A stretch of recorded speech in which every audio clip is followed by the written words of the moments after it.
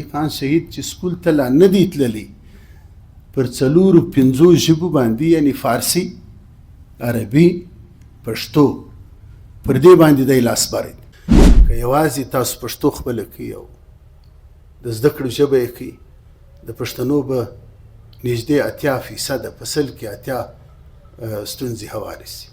شهید د ایشیا په هغه مبارزینو کې دی چې دا ویاړ د بل هیڅ چا نه دی په برخه سوی چې د ژوند نږدې نیمه برخه یې په زندان کې تېره کړې او دا اتفاقي نه وه چې د اردو څخه په پښتو د قرآن ترجمه وکړه. زه دا ووایم چې پښتو ګرانه ژبه نه فلسفي وغول زه چې د بل ژبه وایم داسې دی لکه درواغ چې وایم. د بل ژبه زده کول که لوی کمال دی، خپله ژبه هېرول بې کمالي ده. کتاب په اړه باندې چې خان شهید په کوم لیکدود باندې دا کتاب لیکلی دی هغه موږ ته ولې ګران دی، دا ځوانانو ته ولې ګران دی. دراز صاحب دا ناولونه چې لیکلي دي د هولي سینرز دي، کابل ړنګ دی مینې ژاړي، اشول مر و باران اوري، دا ناولونه بیخي د لوړې سویې ناولونه دي چې موږ یو قام کیږو، موږ به تر دغه پړاو اوسو او دا ډېر تاواني پړاو دی. د خلکو مفادات ورسره تړلي دي، د خلکو ګټې ورسره تړلي دي. خامخا به څوک ترین قومي اتحاد جوړي، څوک اڅکزی قومي اتحاد جوړي، څوک بچیش جوړي، د چا د کمزوري څخه خلک فایدې اخلي. دا د هغوی ضرورتونه دي او موږ به د دې په خلاف یعنی د دې مزاحمت به څنګه کوو. اوس ښه خبره دا ده چې د خان شهید کیبورډ د هغه فونټ یو دوه فونټ یې پیدا سوي دي، جوړ سوي دي، کیبورډ یې جوړ سوي دي. بسم الله الرحمن الرحیم. د ټولو برخوالو په اجازه د خان شهید په نوم لایبرري په کار ده چې د څه خدمات دي ادبي موږ به نن پر وغږېږو په کار او د پښتونخوا ملي عوامي ګوند داسې ډېر څه په وس پوره دي. لږ تر لږه د دوی په هر ځلي دفتر کې باید چې یوه ګوښه وي،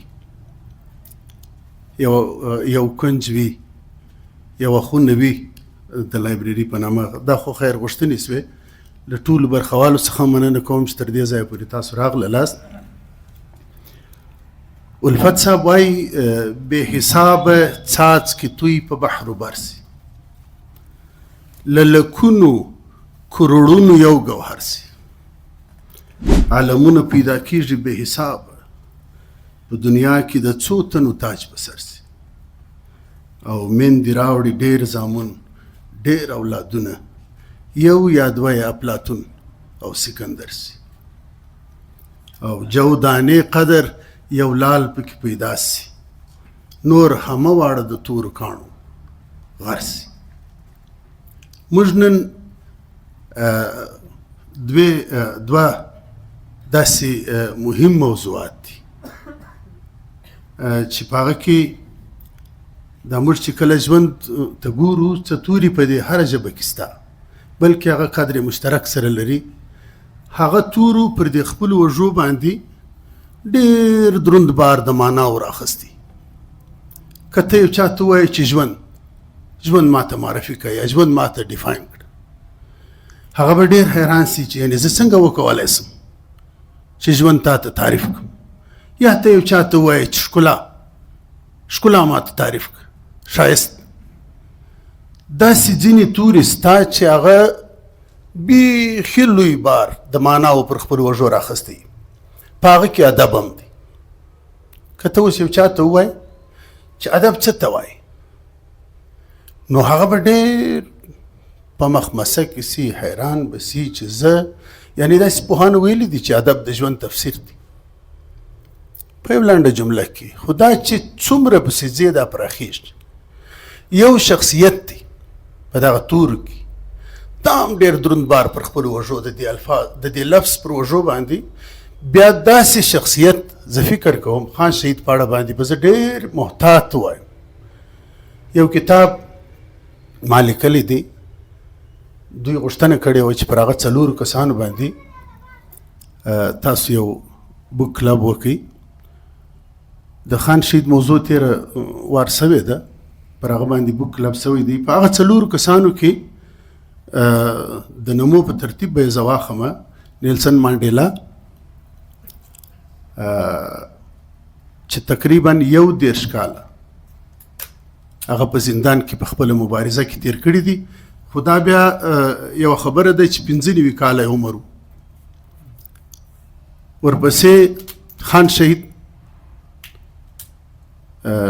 چې د خپل ژوند په 6.5 کاله کې 28 کاله په جیل کې تیر کړی دي. د ډېر محتاط تحقیق مطابق او باچا خان 20 کاله په جیل کې تیر کړی دي. د هغه عمر تقریبا 70 نږدې دی او ګاندي یو څه تر دوی کم. پر دې 4 باندې دا کتاب ستا. زه فکر کوم چې شخصیت ادب په دې یوه ورځ په یوه غنټه کې پر دې موضوع باندې د دې سپړل یا راټولول یا راغونډول دا خورا ډېر ګران کار دی او خان شهید ته دغه اعزاز دغه ویاړ دا درناوی په برخه دی چې په دې ټوله سیمه کې یوازې دا سړی دی چې تر ټولو درنو مبارزینو یې په زندان کې زیات کتابونه لیکلي. دغه ویاړ یوازې خان شهید ته په برخه دی. نو چې پر دومره غوړېدلي کردار باندې ته کله سرکل کوې د هغوی دپاره دا ډېر کم وخت دی، بیخي لږ وخت دی. اول به زما په خیال پر ادب وغږېږو، بیا به د پښتو ادب څه پس منظر د سیاست او د ادب د ملتیا وښایو او بیا به د خان شهید داسې یو سرسري اجمالي خاکه. زه فکر کوم چې علم د ژوند ذهن دی. دا د کوټیشن وړ خبره ده. علم د ژوند ذهن دی او ادب د ژوند ژبه. علم د ژوند ذهن او ادب د ژوند ژبه. ادب یا ادبیات دا هم په 2 اړخه باندې معنا کیږي. پوهان وایي چې یو ادب دی خامخا د ځوانانو ذهنیت د دې سره مخامخېږي چې یاره د پلار ادب د مور ادب دلته مروج دودونه چې دي د هغوی. دلته یو ادب موږ د سړیتوب په معنا اخو. د هغه جمع آداب دی. ادب د هغه جمع آداب دی. یو ادب جمع ادبیات دی. په دغه 2 باندې په ډېر اسانه ډول سره بیلیږي. یو ادب جمع آداب او بل ادب جمع ادبیات. دغه یو اولنی چې دی دا طبیعي ادب دی چې انسان په خټه اخښلی دی. هغه په دې ټولنیز چاپیریال کې په دې خپل کلتور کې چې د هغه څومره درناوی کیږي، د هغه کم نفسیات وي، د هغه په رڼا کې دی هغه کار نه کوي چې د خلکو خوا په بدېږي. سړیتوب هم وي، ښېګڼه هم وي د هغوی دپاره. دا ادب جمع ادب. او یو ادبیات دی، هغه ته اصولي ادب هم ویل کیږي. د هغه فرعي څانګې هم سته. هغه په کسب باندې په زده کړه باندې ترلاسه کیږي. موږ نن د خان شهید پر دغه اړخ باندې غږېږو. د خان شهید 3 اړخه سته چې خلک پر غږېدلی سي، بلکې اړخونه خو یې ډېر دي. په مجموع کې یو د مشري اړخ یې دی ټولنیز اړخ چې د په ټولنه کې څه کړي دي. یو اړخ یې دی سیاسي اړخ چې موږ یې پر کتاب باندې وغږېدلو. هغه یو ټوکو. دویم ټوک یې اوس د چاپ دپاره تیار دی. کیدای سي هغه راسي پر هغه باندې به بیا مجموعي یو سرکل وکړو یا 2 سرکله، بلکې هغه غوړېدلی شخصیت یې په ډېرو سرکلانو کې نه ځایېږي. دریم اړخ یې فرهنګي اړخ دی یا ادبي شخصیت. د دې ادب او سیاست ملتیا چې کومه سوې ده، دا ملګرتیا یې سوې ده، د دې په پس منظر کې که موږ خصوصا په پښتو کې وغږېږو. تر ټولو مخکې موږ ته د امیر کروړ ویاړنه تر سترګو کېږي. زه یم زمری پر دې نړۍ له ما اتل نسته، پر هندو سندو پر تخار پر کابل نسته، بل پر زابل نسته. د دې سره هغه سیاسي رزمي اړخ سته. دا په 140 هجري کې تیر شوی دی. امیر کروړ د امیر په اولاد زوی په 140 هجري قمري کې وبخښئ. راوروسته ډېرې پیړۍ زموږ ادبیات یو څه تیاره غوړېدلې ده، داسې تیاره چې موږ څه آثار په لاس کې نه لرو. راوروسته د بایزید روښان مبارزه یادولی سو، دا په 1541 تر 80 پورې، د 1541 څخه تر 80 پورې دا زیږدیز کال دی یا عیسوي کال د بایزید روښان مبارزه ده. د هغه په څنګ کې ته وګورې د سیاست او ادب دومره ملتیا پاتې سوې ده چې د هغه سره ډېر شاعران ګوکې د هغه اړخ یو څه نه څه مذهبي اړخ هم سته، تصوفي اړخ هم سته، خو د سیاسي اړخ یې ډېر تاندې که یو سړی وڅېړي. دلته هم د سیاست او د ادب ملګرتیا پاتې سوې ده د هغوی سره. بیا د خوشحال دوره ده. د خوشحال دوره خوشحال بابا په 1414 کې زو کړی دی، تر 1489 پورې ژوند کړی دی. په دې دوره کې خوشحال بابا چې څنګه و هغه خو نسو تعریفولی، هغه هم یو ډېر لوړ شخصیت، یو ډېر غوړېدلی کردار دی. د افغان په ننګ مې وتړله توره ننګیالی د زمانې خوشحال خټک. دلته هم سیاست او ادب ملګري سره پاتې شوي. د خوشحال بابا په دوره کې راوروسته په 1909 کې د میرویس نیکه دوره ده. د میرویس نیکه په دوره کې له 1909 څخه تر 1938 دا د هوتکو دوره بولي، 11 کاله غالبا د دوی جوړیږي. په دې کې 4 شاهان یا 4 باچهان د هوتکو تیر شوي دي. میرویس نیکه دی، شاه عبدالعزیز دی، محمود دی، شاه اشرف دی. په دې دوره کې په کندهار کې ادبي دربار سته. په دې ادبي دربار کې تر ټولو مهم شی چې موږ ته تر اوسه پورې راپاته دی هغه پټ خزانه ده. پټ خزانه نومي کتاب محمد هوتک لیکلی دی چې په هغه کې د 50 شاعرانو یا د هغه وخت د هغوی ذکر سته. له امیر کروړ څخه یې راونیسئ، په هغه کې 10 ښځینه شاعران د دوی ذکر سته. دا پټه خزانه زموږ ادب تر 1800 کاله پورې رسي لرغونی. نو په دې وجه څه اختلاف هم پیدا کړ، خلکو هم نه خوښوله چې د پښتو دومره زوړ ادب څنګه را برسېره سو، څنګه را پیدا سو او ولې را پیدا سو. آیا دا پټ خزانه خدای مکه جیلي خو به نه؟ داسې پوښتنې، داسې سوالونه چا په ګمارنه وکړله، چا څنګه وکړله، خو بهرحال هغه څوک نه سوی کولی دا موضوع دغه سوه. بیا راوروسته د درانه احمدشاه بابا دور دی. احمدشاه بابا په خپله شاعر دی، احمدشاه بابا په خپله دیوان لري. د کارڅو مې د دنیا ملکونه ډېر سي، زما به هیر نسي دا ستا ښکلي باغونه، د ډیلي تخت تېرومه چې رایاد سي زما د ښکلي پښتونخوا د غرو سرونه. یعنې دی په خپله شاعر دی، د ده دیوان چاپ دی. بیا د احمدشاه بابا سره د خان شهید د کورنۍ برخوردار خان پاتیج د هغه سره په 3 کمانډرانو کې یو برخوردار خان دی، د هغه کورنۍ ده. بیا دا تسلسل دا مې ځکه درته وویلی چې دغه یو شخصیت چې کله زمان و مکان ټاکي یا د هغه پر وژو باندې دا دومره دروند بار ورېږدي چې دا ته تر یو ځایه پورې رسولی سي. هغه شخصیت ټاکنه داسې وي چې هغه بیا وخت تېروتنه نه کوي. خان شهید هغه شخصیت دی چې وخت او زمان د ده پر وژو باندې د قام د مخکشۍ، د قام د ژغورنې دغه بار ورکښېښود او د ده په ماشوموالي کې که تاسو دی خامخا به مو سټډي کړی وي، مشران خلک ناست دي، ځوانان ناست دي، ډاکټر صاحب زما کلاس فیلو دی، عمر خان صاحب ناست دی، کلیوال دی، محترم اقبال صاحب ناست دی، نور ټول. نو د خان شهید په کوچنیوالي کې که تاسو وګورئ، خان شهید چې سکول ته لا نه دی تللی، پر 4-5 ژبو باندې یعنی فارسی، عربي، پښتو پر دې باندې دی لاس بری. پر درو ژبو باندې بیا د سکول ته ځي بیا په سکول کې مطلب موږ هغه ورځ پر دې موضوع باندې وژغېدلو. زما مقصد دا دی چې د یعنی هغه د کشرتابه وخت د 1915 څخه تر 25 پورې دا د کشرتابه وخت دی.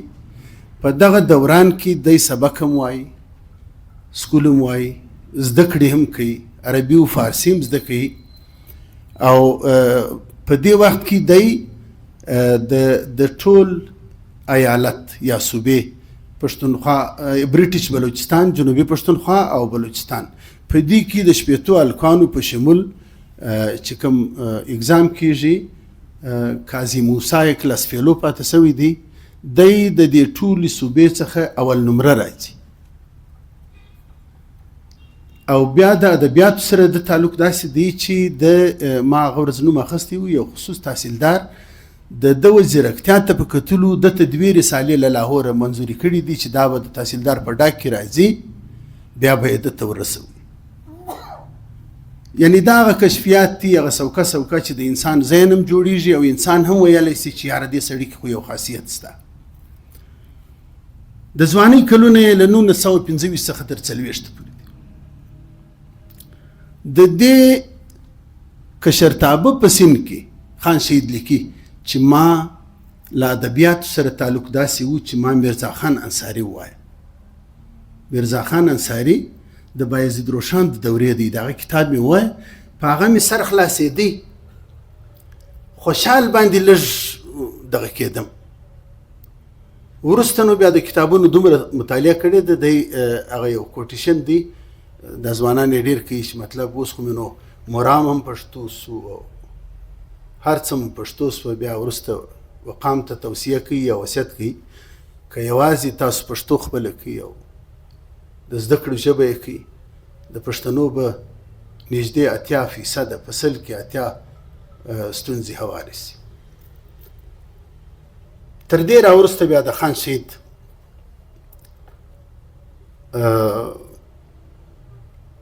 سیاسي وده او ادبي یا کلتوري اثرات چې پر ده باندې وو دا پرمختګ کوي. د ده په اړه باندې روسي لیکوال دی ګیورکي فیودورویچ ګاف ګرسیلند نوم دی، هغه لیکي وایي د روانې پیړۍ 10 کلونه د پښتو ادبیاتو د انکشاف د 2 اساسي مرحلو په منځ کې یو مهم سرحد ګڼل کېږي. یعنی د پیړۍ 10 کلونه له 1910 څخه تر 1940 دا 10 کلونه دی وایي د پښتو ادبیاتو د انکشاف چې پښتو ادبیات کشف کوي، نوې لارې پرانیزي، نوې لارې ورته راځي. دا هغه سرحد یو ماضي مرحله ده چې پر کلاسیکو عنعنو بنا ده، او بل اثري مرحله ده چې د شخصي اسلوبونو او سبکونو تنوع او غنایي خاصت او مختلف اثار او رنګارنګ سبکونه لري چې دا بیا د نوو ادبي جریانونو د تشکیل لپاره شرایط برابروي. خاص په هغه وخت کې د ریالیستي واقعیت او ورځني ژوند څرک ولیدل سو او د خلکو استراب او ارزوګانو د ترسیم خواته د لیکوال قاطع تمایل او بدلون منځته راغی. یعنی دا هغه دوره ده چې د خان شهید ذهن په دغه وخت کې د سیاست د سفرونه سوي دي، د لاهور ته تللی دی، هند ته تللی دی، د ګاندي سره لیدلی دي، د باچا خان سره لیدلی دي، د جناح سره لیدلی دي. تر هغه وروسته دی راځي زنداني کېږي. په دې زندان کې خبرې خو ما څه ډېرې اخیستې دي. د فکر وشاته یو څه نه څه اصلاحي تحریک جوړ سوي دي. په 1921 کال کې انجمن اصلاح الافاغنه، دا په 1921 کې دا تحریک جوړ سوی دی. په 1920 کې انجمن زمیندار، انجمن اصلاح الافاغنه چې دی باچا خان جوړ کړی دی، او په 22 کې انجمن زمیندار د سنوبر حسین کاکاجي په مشرۍ کې دا اصلاحي تحریک دی. یعنی د سمونچارو دپاره اصلاح، پښتو کې سمونچاري ورته وایي ریفارم، په انګریزي کې ریفارم، یعنی د اصلاحاتو تحریکونه دي. په 1990 کال د خدای خدمتګارو تحریک دی د باچا خان په مشرۍ کې، او په 1938 کې سیاسي غورځنګ. دلته دا یو توپیر شته، په 1938 کې سیاسي غورځنګ انجمن وطن دا رابرسېره کېږي، او تر دې مخکې خان شهید په کتابونو پیل کړی دی. تر دغه دوران مخکې هغه ورځ موږ دا یادونه وکړله، تر دې مخکې د په کتابونو باندې پیل کړی دی، د کتابونو لیکل، د ترجمو، د ژباړو، د مچ په زندان کې د لیک سره دومره مینه وه. هغه ورځ موږ وضاحت وکړي د خان شهید د لیک سره دومره مینه وه چې انګریزانو د انګریز په دور کې په بریټیش دوره کې خان شهید 7 کاله په زندان کې تیر کړي دي. 21 کاله یې تر انګریزي دورې راوروسته تیر کړي. په دې 7 کلنۍ دوره کې خان شهید په مچ کې له داسې حالات سره مخامخېږي چې هلته د لیک لپاره دته کاغذ و قلم نه ورکوي. هغه خلک یې نه ورکوي چې دومره لوړه دعوه کوي چې موږ یعنی د تعلیم، د علم، د شعور د دې رابرسېره کولو دپاره راغلي یو. دا دعوه یې کوله، خو دته یې نه ورکوي، شاته یې سیاسي وجوهات دي. دی لیکي چې ما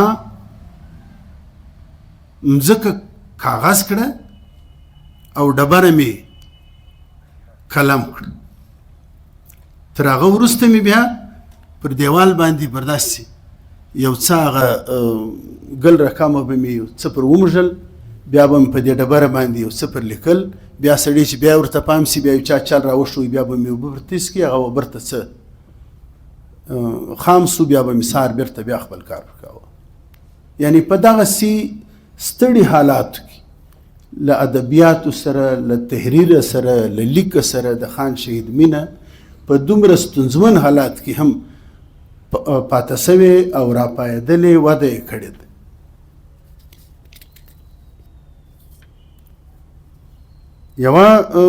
یو کوټیشن به بل ووایم د ده په اړه د ګرس د ما راوړی و چې مېړني ولس ادبیات یو کتاب نوم دی، په هغه کې لیکلی دی خصوصا د خان شهید په اړه لیکي.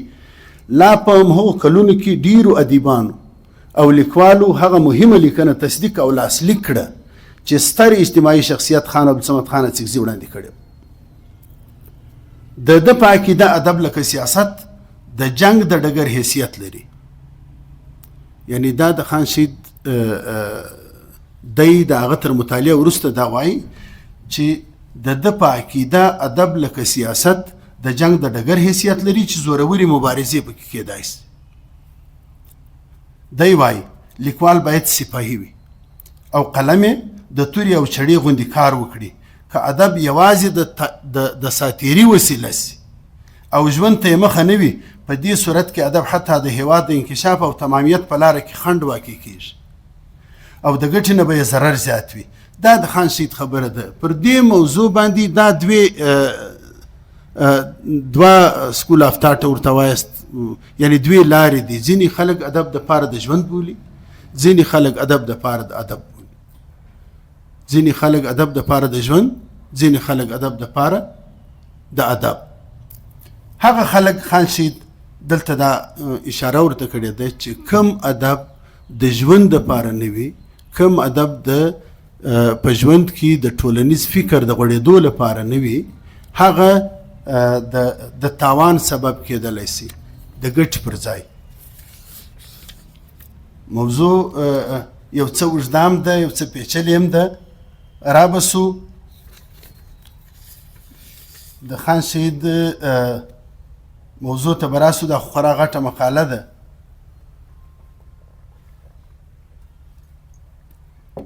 خان شهید په 1938 کې اخبار ګوکې د دا پیل د بیخي په وختي کې کړی و.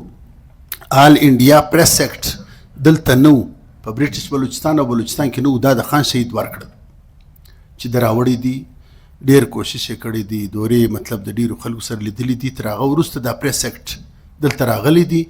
بیا خان شهید د دغه انجمن وطن له جوړېدا سره سم استقلال اخبار په 1938 کې په اولنۍ میاشت کې راویست. پښتو برخه یې درلودله، اردو اخبارو، او د دې سره په څنګ کې یې الکتریک پریس هم اوله پلا خان شهید لګولی دی په کوټه کې، او هغه یې د خپل دوست پر نامه عزیز الکتریک پریس. عزیز مکسي د سره ملګری و، د 15 په زلزله کې وفات سو، مړ سو، نو د هغه پر نامه باندې خان شهید دا پریس کړی دی. تر دې وروسته نو بیا دا لړۍ وغځېدله په 1951 کې جمهوریت اسلام، اباسین په 52 کې، پښتو په 56 کې، او پېښور لاړ په 56 کې ماشاءالله بنده کړه. مطلب دغه په پښتني سیمه کې هغه مجلې دي چې بیا وروسته دغه سوي دي. رهبر پېښور په 50 کې تر 1 پورې، دوران بیا ماشاءالله بنده کړله، ظفر اسلام، داسې نو ډېرې، غونچه په 1960 کې. دا د خان شهید تر دې دغه راوروسته اوس به راسو د خان شهید هغه آثارو ته چې خان شهید ډېرې خبرې پکې پرېښولې، وخت هم څه کم دی او مقاله هم څه ستوخه ده. نو حافظ خان محمد صاحب لیکي عبدالصمد خان عربي، فارسي، اردو، انګریزي بروهي شوی، یعنی د سره د ناستې ولاړې سړی دی حافظ خان محمد خانوزي.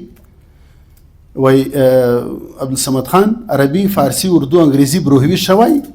دی د بلوچستان اول سړی دی چې د انګریز سامراج په مخ کې د خپل حقوقو د غوښتلو اواز پورته کړی دی، او په دې وطن کې د بیداری سیاسي مؤسس دی، مؤسس، فاونډر، بانی، بنیاد دیشی دی.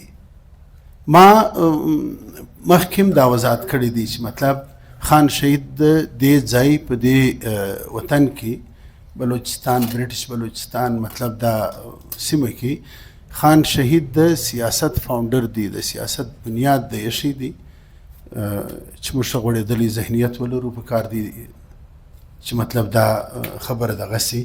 او بل یو بل کوټیشن دی صاحبزاده صاحب، زه دا په خپله په دې نه کوم چې اتنټیک وي دا خبرې، یعنی باوري وي.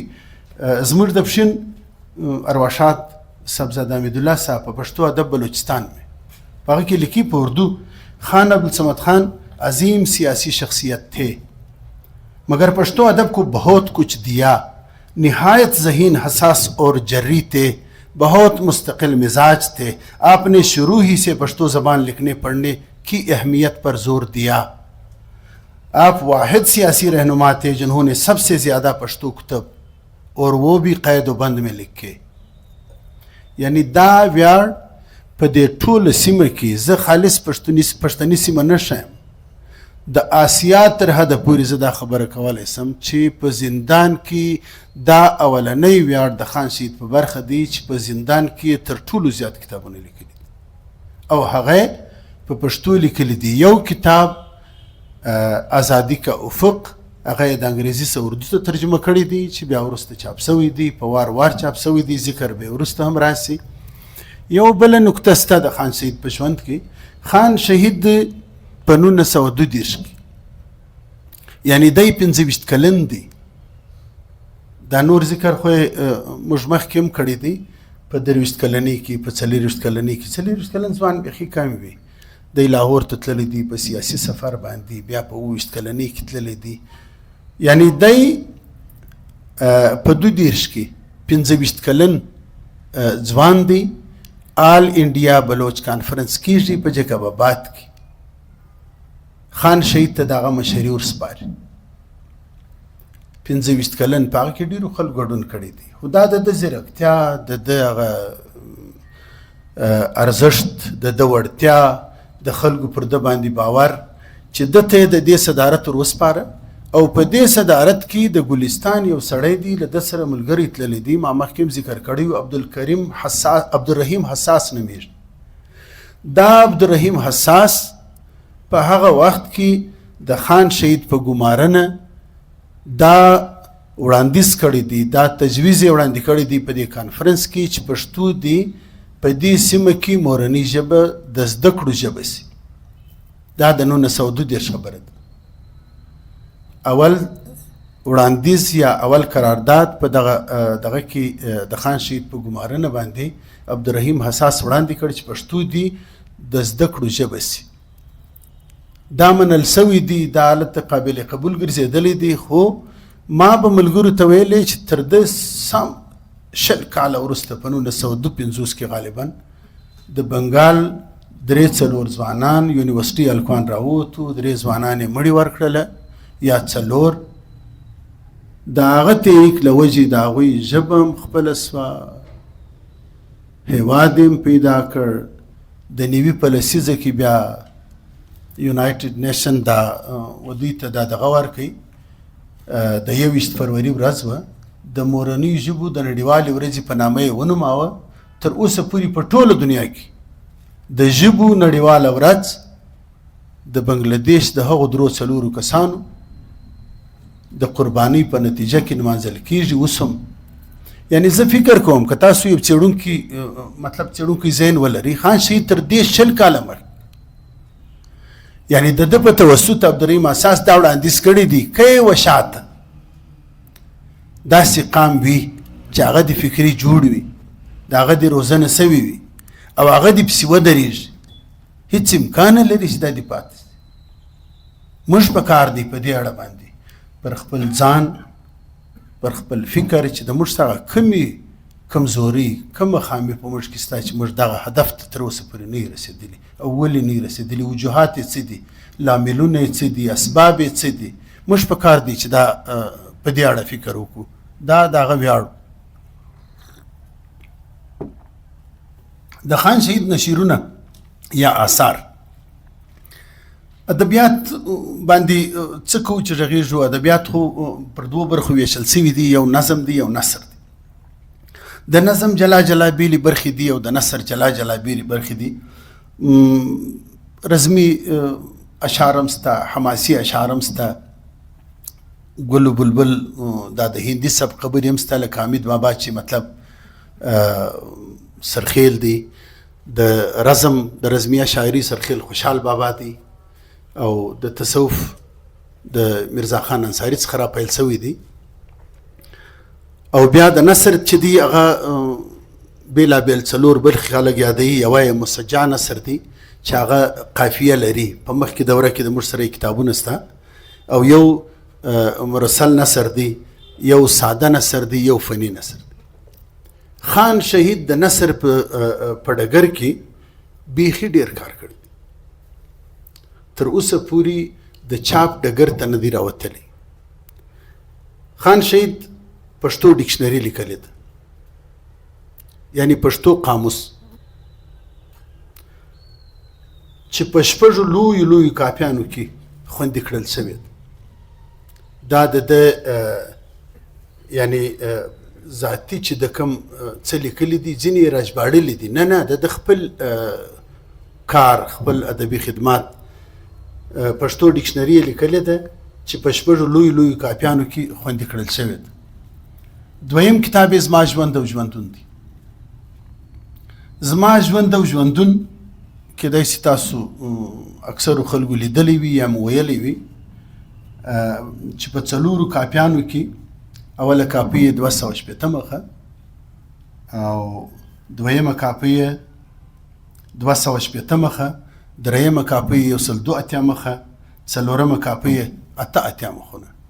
په دې 4 کاپیانو کې د خان شهید زما ژوند او ژوندون د په 1959 کې د ملتان په جیل کې پیل کړی دی. دا زما ژوند او ژوندون تاسو به حیران پاتې سئ. زه هم ویلی به مې، ډاکټر به ویلی، نور عمر صاحب ویلی، کلیوال صاحب ویلی، اقبال صاحب دی، دا ملګري ناست دی، دوی به ویلی تاسو یعنی که دا زه فکر کوم چې دومره ژوره، دومره زوروره حافظه چې دومره اتنټیک لیکلې ده، دا د ژوندلیک تر 1942 پورې غځېږي. وروسته بیا دته مواقع نه ده په لاس ورغلې یا وخت نسته، زندان حالات دی، په پنجاب کې دی، په ملتان کې دی، اول پیل پکې، بیا په نورو زندانونو کې دا کار کړی دی. دغه ویاړ یو نیلسن مانډیلا ته هم په برخه دی. نیلسن مانډیلا په یو جزیره نما ځای کې په جیل کې وو. د نیلسن مانډیلا یو ویاړ دا دی چې هغه 28 کاله مسلسل په جیل کې واده شوی، په 28 کاله کې نه دی رایله شوی. خو ګو کې دا د هغه عمر 95 کاله و. باچا خان 100 کلن و او خان شهید 65 کاله 15 میاشتې یو څو ورځې، او ګاندي چې دی هغه په 90 کې پیدا شوی دی، په 48 کې وژل شوی دی. هغه هم تقریبا یو کم اتیا دومره عمر لري. په دې ټولو کې دغه یو ویاړ د خان شهید په برخه دی، او دا په کار دی چې کوټ سي چې خان شهید د ایشیا په هغه مبارزینو کې دی چې دا ویاړ د بل هیڅ چا نه دی په برخه سوی چې د ژوند نږدې نیمه برخه یې په زندان کې تېره کړې. دا نورو نیمه برخه نه جوړېږي، خو د نیمه برخه په زندان کې او آخر شهادت په برخه سوی دی. دلته سقراط ته ورکوي خلک د زهرو پیاله، دلته د خان شهید په برخه شهادت رسېږي. زموږ دا ټولنه ده او دغه زموږ غبرګون دی، دغه زموږ چې یعنې دومره درنو محسنانو ته موږ دغه څه ورکو. دریم کتاب محمد نبي پښینوي دې ته اشاره وکړه، یادونه یې وکړه هلته چې پر پښتو لیکدود باندې یو څه اختلاف شته.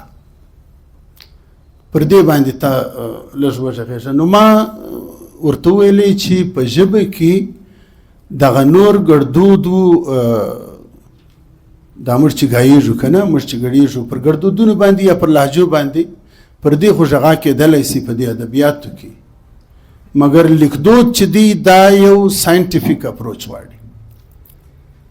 ژبپوهنه یو علم دی ځان ته جلا، چې مطلب ستا پرونانسیشن څنګه دی، ته څنګه د تلفظ اداینه کولی سي، ستا په خوله کې قالب ستا نسته.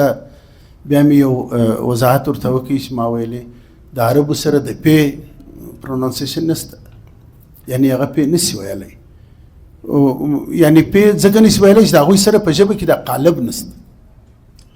د پښتنو په د خولې په قالب کې دومره درنه وړتیا شته چې هغه که تاسو فکر کړئ چې انګریزي زده کړي ډېره شی وایي. د هرې ژبې د تلفظ د اداینې توان لري. د پښتنو په دغه کې یو د دې ژبې په اړه باندې یو بل خبره وکړم چې د پښتو او انګریزي د دې دواړو دغه یو قدر مشترک شته چې دوی ابتدا په ساکن کولی سي. یو یې پښتو کولی سي او یو یې انګریزي کولی سي. انګریزي ته مخکې موضوعات کړی وي چې سکول ووایه SCHOOL، دا سکول دا اس چې دی دا نه زبر لري، نه زیر لري، نه پیش لري. او د بلې ژبې سړی چې وایي هغه یې خامخا یا پشین وایي یا یې پیشین وایي. پشین نسي ویلی، ابتدا په ساکن نسي کولی. انګریزي هم پشین ویلی سي، انګریزي کلب ویلی سي، انګریزي سکول ویلی سي. دوی یا سکول وایي، یعنی سکول بغیر نسي ویلی. سپیشل توري په انګریزي کې شته، دوی به خامخا اوسګر سره الف ورسره اضافه کوي، اسپیشلی وایي. د دې وجه دا ده چې دا خلک دا نورې ژبې، اردو سوه، فارسي سوه، بلوچي سوه، دا نورې ژبې چې زموږ ګاونډۍ کومې ژبې دي، دا ابتدا په ساکن نسي کولی. یعنی دا د پښتو د انګریزي یو قدر مشترک دی چې دوی ابتدا په ساکن کولی سي. هغه توري چې نه زور لري، نه زیر لري، نه پیش لري، یو دم د هغه څه توري شروع کېږي، دغه توري ساکن دی، دا ابتدا په ساکن ده. لکه پشین توري، پشین دا پی نه زور لري، نه زیر لري، نه پیش لري، بس دا موږ ویلی سو. زموږ سره دا په دې قالب کې دغه شی شته. خان شهید پښتو ژبه او لیکدود په لومړي ځل په 1956 کې چاپ شوی. کوچنی پمفلیټ غوندې کتاب دی، حجم یې ډېر کوچنی دی، مګر چې څومره پښتانه ادیبان یا پښتانه ذهنونه څومره په هغوی کې ځوش پیدا کړی دی، یعنی په دې ولاړ ناور ورته وایه، سمندر ورته وایه، په دې کې چې دا کاڼي غورځولی دي تر اوسه پورې قرار نه دی پیدا کړی. تر اوسه پورې دا مسله، دا مبحث، دغه وراشې، لکه ما چې د پښیني یادونه وکړله چې ته پر دا موضوع باندې وغږېږه، دا تر اوسه پورې له موږ سره شته. د دې وجوهات دا دي چې زموږ د دا الفاظ نه دي د پښتو چې دا حروف تیجی ده الف با دا زموږ د پوره اواز زموږ د پوره دا غږ پوهنه ورته وایي د دې په پوره توګه استازیتوب په لیک کې نشي کولی وایو خو یعنې څنګه یې ولیکو موضوع ډېره اوږده ده زه پر هغه باندې دوی ته ما وویل چې تاسو بل سرکل کښېږدئ پر لیکدود باندې به ځوانان راوغواړو هر څوک چې کښېږدي زه له دې څخه نه بیریږم چې زه نو دا شی راسه غلط سو پروا نه کوي بل چا به زده یې راوبېښئ زه به خپله پوهه شریکوم دوی به خپله پوهه را شریکوي یو بل ته به د افکارو تبادله وسي یو بل ته به د ذهنونو تبادله وسي یو بل به سره وپوهوو نو به یو څه خبره یعنی یو موږ به یو نتیجې ته رسیږو د پښتو ژبه او لیکدود په 1956 کې چاپ شوی دی تر دې مخکې هم خان شهید په ځینو رسالو کې د دغه چاپ شوی دی د پښتو لیکدود په اړه باندې او د دې 170 صفحې ما راټولې کړي دي د خان شهید په لیکدود مې لیکلي دي 170 صفحې کتاب ځینې جوړیږي چاپ ته آماده دی خدای دې وکړي چې چاپ سي دغه کار به هم په خدای پورې تړو چې وروره دومره واس خدای راکړي چې هغه چاپ سي نو د خان شهید د دغه سره د آثارو سره یو بل روسی د ختیځو ژبو پوهان دی نیکولای دوریانکوف هغه د خان شهید په اړه لیکي د بلوچستان د سیاسي پارټي مشر او مؤسس ما تاسو ته ویل جوړونکی خان عبدالصمد خان اڅکزی له خپلې ژبې پښتو سره طبیعي مینه لري یعنې د په خټه اخښلې مینه لري او ډېر خدمت ورته کوي د په دې لار کې ډېر کار کړی دی ډېر آثار یې لیکلي دي او ډېر آثار یې ترجمه کړي او پښتو یې ورباندې غني کړې ده د پښتو ته مخصوصه الف با وضع کړې ده چې ما درته ویل دا یو ساینسي موضوع ده پر دې باندې پکار دی چې مطلب یو جلا سرکل واخو یو بورډ وي دلته بیا مطلب چې هغه په کوم ځای کې اختلاف وي هغه باید چې یو پریزنټیشن و یو کیسه پر وسي ځوانان دي وي هغه به هم څه زده کړي زما هم ښایست دي بلکې د ډېرو ښایست دي پکار دي چې دا ځوانان پښتو لیکدود هر لیکدود په دې لیکدود کې اختلاف ولې ستا په دې به هم پوه سي او اختلاف بد نه دی تر اوسه پورې هیڅ یوه ژبه داسې نه ده انګریزي د دې خپلې ژبې سره د انګریزانو بیخي ډېر ښه کړي ته په هر دا ټکنالوژي نه ده ته په دا موبایل کې ولیکه په یو لپټاپ کې ولیکه بل ځای ولیکه دی تا ته درښیي دا توري کې دا سپیلینګ کې غلط یو توری سته دی تا ته لاندې لیکه درکوي بیا به ته پسې ګورې چې بیا دا توري هغه سپیلینګ کې سم کوي بیا دی وایي اوس نو ته سم یعنې تا سره دومره کومک کوي د هغوی ژبو دپاره دومره خوارۍ کړي دي چې موږ یې تصور نسو کولی خو زموږ سره جذبات شته دا زموږ جذبات په کار اچول دا ډېره غټه ذمواري ده او دا په کار دی چې څه کسان وګوري څه ګوندونه وګوري چې دغه جذبات د پښتنو مینه د پښتو سره مینه د دې قامه سره مینه دا په کار دی چې پر یو سمه لاره باندې په کار واچي هیله خو سته دا تر دې ځایه پورې د خان شهید اثارو او د لیکدود په اړه یو بل وضاحت زه وکړم د لیکدود په اړه د 15 کسان تر اوسه پورې داسې سته چې هغه د پښتو په لیکدود کې یو څه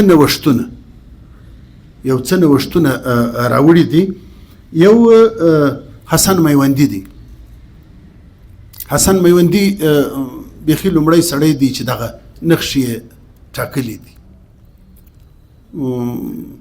د محمود غزنوي په دوره کې تیر شوی دی او د هغه سره په دربار کې و حسن میوندي دا اولنی سړی دی چې د پښتو د الفبا دپاره یو څه ټکي یو څه توري یا سمبلز یا څه نقشې دا وټاکلې دا ځیم ښې دا خو سمبلز دی که نه دویم سړی چې دی باعث روشان دی دریم سړی خوشحال خان څلورم سړی محمد ګل خان مومند دی، پنځم سړی خان شهید. یعنی دا هغه پنځه کسان دي د تاریخ په دې بېلابېلو پړاوونو کې چې د پښتو لیکدود دپاره په دې نقشو کې څه اضافه کړې ده. او د خان شهید لیکدود که چیرې تاسو به وپوهېږئ، تاسو ووایاست په هغه کې تر ډېره حده پورې، بلکې زه به ووایم چې پوره که موږ د هغه لیکدود خپل کړو، زموږ د هر غږ لپاره په هغه کې دغه شته، توان شته چې دا زموږ هر غږ موږ افاده کړو، په هغه کې ووایو. خو دا دی چې هغه ښه پوره کوشش غواړي، هغه سرکلان غواړي، هغه یو بل ته مطلب ښوونه غواړي، یو بل ته پیرزو کول غواړي چې موږ یو بل ته دغه وسپارو سره. خان شهید د نورو ژبو څخه چې کوم اثار راژباړلي دي، را ترجمه کړي دي. اولنی د ختیځ د لوی شاعر، زه همدا به ډېرو ځوانانو ویلی وي، د سعدي په ګلستان یې پېژني، ګلستان سعدي. نوموړی شرف الدین مصلح بن عبدالله بن مشرف الدین شیخ سعدي شیرازي، ډېر اوږد نوم یې دی. دا ګلستان خان شهید ترجمه کړی دی. دا هم په دوو کاپیانو او یوه رجسټرډ کې خوندي شوی دی. چیرې چیرې پیدا کړل، څنګه یې پکې ولیکل، څنګه یې خوندي کړل. د نیلسن منډیلا ذکر مو وکړي، هغه چې دا کوم د ازادۍ اوږد مزل لیکلی په دې جیل کې، هلته هم د خلکو څه پټاوی، حتی تر خاوره لاندې کړی و، بیا یې هغه نیول سوی و، ښه پوره سزا یې پر ورکړې وه. تر دا وروسته خو د دوی ملګری و چې هغه ایستلی و، ایله کېدی د ده ژوندلیک یې ایستلی و، بل ځای بیا چاپ کړی.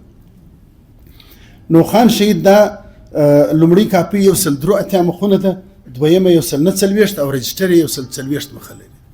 په دې درو کې دا ګلستان ترجمه کړي دي، دا یې دغه کړي دي، دا خوندي سوي دي.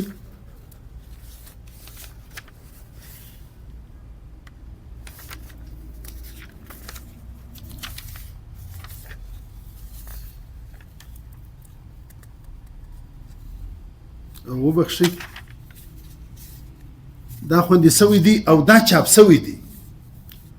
د عبدالغني خان غنو په هڅو باندې دا کتاب تر چاپ پورې رسېدلی دی. که چا ویلی وي یا یې نه وي ویلی، ګلستان نومي کتاب د خان شهید چاپ سوی دی، په دا 2020 په داسې دوره کې چاپ سوی دی. او دلته به یو ذکر زه وکړم چې د خان شهید د شاعرۍ په اړه چا نه دی ویلي. یو ځای که داسې یو ضمناً یادونه سوي، ګلستان چې کومه برخه په نثر کې ده هغه یې په نثر ترجمه کړې ده، چې کومه برخه یې په نظم ده هغه یې په نظم ترجمه کړې ده. یعنی هغه د شاعري دغه پر کېدلی سي اطلاق چې خان شهید ډېر داسې شعرونه یې ترجمه کړي دي، خو په شعر په شکل کې، منظوم شکل کې یې ترجمه کړي دي. دا ډېر ګران کار دی. نو خان شهید باندې یعنی موږ دا ویلی سو چې شاعري هم کړې ده. دا په ادبي خدماتو کې په دې ګلستان نومي کتاب کې چې د کوم ترجمه کړی دی، په دې کې منصور یعنی د نثر برخه په نثر کې ده او د نظم برخه په نظم کې ده.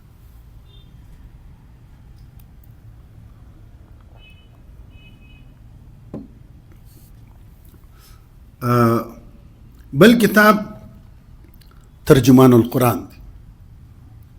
ترجمان القرآن خان شهید ترجمه کړی دی د مولانا ابوالکلام آزاد. دا یې ژباړلی دي د 1948 کال د اکتوبر د میاشتې پر 29 نیټه پیل سوی دی او په دوو رجسټرانو کې خوندي سوی دی. لومړی رجسټر یې 204 مخه لري او دویم یې 304 مخونه لري. دا ترجمان القرآن د مولانا ابوالکلام آزاد سره خان شهید په خپله لیدلی دي په هند کې. وایي هغه به ماته وویلې، دی لیکي، وایي هغه به ماته وویلې چې د سهار داسې د لمانځه وخت چې ما او تا تر لمانځه وروسته یو میټینګ یو ناسته سره وکړو نو ښه دی. دی وایي زه په هند کې ومه، ډېر وختي به پورته سوم، د مولانا ابوالکلام آزاد تر ځایه پورې تقریبا 15-16 کیلومتره یا دومره مسافت به و. دا به ما سهار وختي په دغه خړه د پښتنو پرچم په دې کې زه ولاړم بیا به لمونځ هلته وکړ بس زه به هلته وده ته ناست وم بیا به هم د ده سره میټینګ وکړئ تر څو ناستو یا میټینګونو وروسته مولانا ابوالکلام آزاد دا یک یوازینی سړی دی چې دته اختیار وکړی دی چې زما کتاب وژباړه ترجمان القرآن بیا دی راولاړ سوی دی ترجمان القرآن یې ژباړلی دی او په دغه دوو رجسټرانو کې خوندي دی 204 اتیا مخه یو 304 مخه بل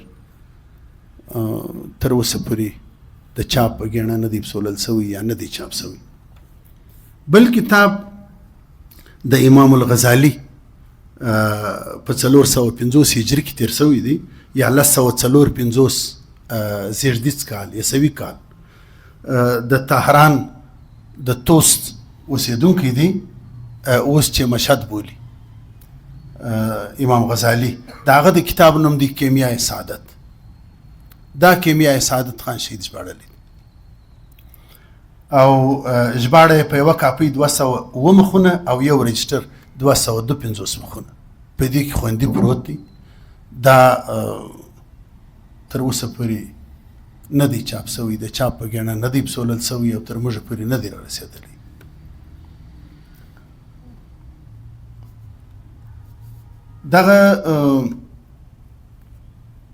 دا ارزښتوړ کتاب د نوموړي عالم اسلامي فلسفي مولانا شبلی نعماني زوړ کړه 4 جون 1850 کال بندوال هند 18 نومبر د سیرت النبی له لومړي ټوک څخه یوازې 450 مخونه ژباړه خوندي سوې ده دا دغه ده سیرت النبی د سیرت النبی یو ذکر استا په دغه کې چې پښتو ټولنې په وټوکه کې زما تر نظر تیر سوی دی سیرت النبی ډېر غټ کتاب دی د شبلی نعماني په پښتو چاپ سوی دی نو امکان لري چې خان شهید دی دغه د دې د ژباړې د اورېدلې وي او بیا یې دا ژباړه مطلب یوازې 450 مخونه ژباړه سته نورې نسته نو زه فکر کوم امکان لري چې خان شهید دی اورېدلی وي چې مطلب د دې ژباړه سوې ده نو بیا دغه کتاب چې دی دا سیرت النبی پر دغه ځای پاتې سوی دی او دا دغه کېدای سي وي ګیورکي فیودورویچ ګرس بیا لیکي یو بل ځای د مېړني ولس ادبیات کې ډېر ښه کتاب دی که تاسو ته ترلاسه سي بیخي یې ووایاست په پښتو کې سته د مېړني ولس ادبیات یې نوم دی د دې ځای دا سیاسي هلې ځلې تاسو به فکر وکړئ چې دا روسۍ راغلی دی د دې ځای په شله شله ګرځېدلی دومره خواري یې کړې لږ پښیني ته زما یو تجویز دا دی چې خصوصا پر کتاب یو سرکل کښېږدئ چې کتاب خلکو ته چی شور کوي کتاب ولې خلک نه وایي په کار دی چې یو سرکل پر دغه باندې وسي ګرس لیکي وایي خان عبدالصمد خان د برطانوي هند د مسلمانانو د پان اسلامیزم پلوي هم او دا اتفاقی نه و چې د اردو څخه په پښتو د قرآن ترجمه وکړه ترجمان القرآن ته دغه ده له دې ترجمې سره ګټورې تفسیرې هم وي چې بیخي د ورځنیو مسایلو سره اړخ لګاوه د دغه تفسیر ژبه روانه او ادبي وه او په پښتني ټولنو کې یې ښه انعکاس پیدا کړ د دې یعنی خان شهید ولې ژباړه د دې روسي د وینا په دغه کې د دې روسي د وینا په رڼا کې زه فکر کوم چې خان شهید ما مخکې یو ځای لیکلی و چې 3-4 داسې یو څه و چې هغه د خان شهید په نظر کې و چې دا زموږ په ټولنه کې دغه شیان پکار دي چې راسي یو خو هغه ورځ موږ وویلې چې خان شهید کم اهداف درلودل خان شهید پر درې ډګره باندې یعنی د په هغه وخت کې مبارزه ټاکلې ده چې پر دې درې ډګرونو باندې مخکې موږ وضاحت وکړو یو له ښکېلاګرو څخه په هغه وخت کې چې انګریزان راغلي وه د بریټیش انډیا په نامه باندې مطلب دا کوم خلک راغلي وه له دې ښکېلاګرو څخه د خپل وطن ژغورل د خپل وطن آزادول، د خپل وطن خلاصول یو محاذ دا و. بل محاذ دا و چې له خپلو جابرانو څخه، له خپلو ظالمانو څخه، له خپلو وطن پلورونکو څخه له دې څخه ځان ساتل، د ټولنې فکري روزنه کول، د هغوی په ضد باندې په دې خلکو کې یو د ولې توان پیدا کول، هغوی پوهول، یعنی د دې خپلو جابرانو څخه. دا دویم محاذ د خان شهید دپاره. یو هغه چې د ښکېلاګرو څخه، دویم د دې خپلو جابرانو څخه ځان خلاصول، او دریم ولس ته د خپلواکۍ شعور ورکول، ولس ته د ازادۍ شعور ورکول. دا ډېر ګران کارونه وو. دا درې محاذ خان شهید په دې خپل ژوند کې، او 4 هدفونه یې څه درلودل، دا ذکر رالی. په دې وجه په ټولنه کې په ښه توګه اسلامي زده کړې ترسره کول، دا اولنی هدف. په ټولنه کې په ښه توګه اسلامي زده کړې ترسره کول، یعنی ډېر خلک وو، مسلمانان خو موږ ټول الحمدلله شکر دی، مګر څومره پوهیږو؟ دا سوال دی. څومره پوهیږو؟ فقر تر څه حده رسېدلی دی؟ آیا موږ په دې کې عقیده ساتلی سو، نظریه ساتلی سو؟ څنګه کولی سو؟ له دې له عقیدې سره، له نظریې سره څومره تړاو دی؟ دا موضوع په کار دی موږ د عالمانو څخه وپوښتو. خان شهید دا غوښتل چې اسلام باید په ښه توګه، په پوره توګه زده کړل سي. که یوازې یو څوک خبره درته وکړي ته یې پرې غوږ ونیسې، هغه دودیزې خبرې وي، هغه ډېر تاوان کوي، تر ګټې تاوان ډېر. دویم د عصري علومو په پوره ډول دودول، یعنی دا هغه له زده کړو سره، له ادبیاتو سره مینه چې عصري زده کړي. یعنی دا ځوانان چې سکول وایي، خان شهید په خپله د ده کورنۍ 4-5 اکړه مځکه یو څه چنده، هغه ورځ موږ ذکر وکړي، باقاعده د ده کورنۍ و سکول ته 5 اکړه مځکه ورکړې. د ده کورنۍ مطلب د ده کور په کښې کې د تربرونه شاوخوا، د هغه نومونه یې اخیستي دي، یو اعظم نومیږي، یو څه نومیږي، یو څه نومیږي. دې خلکو په هغه وخت کې سکول ته مځکه ورکړې ده. یعنی خان شهید غوښتل چې عصري علوم دود سي دلته. عصري علوم یعنی یو 10م وکړي، 12م پاس کړي، 14م وکړي، ساینسي سبجیکټ وایي، د خلکو ذهنونه وغوړېږي، جوړ سي. دا یې دویم هدف و. دریم په ټولنه کې سپېڅلتوب او رښتینوالی رامنځته کول، دا یې دریم هدف. کم خلک چې په ذهني توګه وغوړېږي بیا دغه مرام ته رسېدلی سي. 4م یوه ښه ولسواکي، یو ښه جمهوریت، یوه ښه حکومتولي.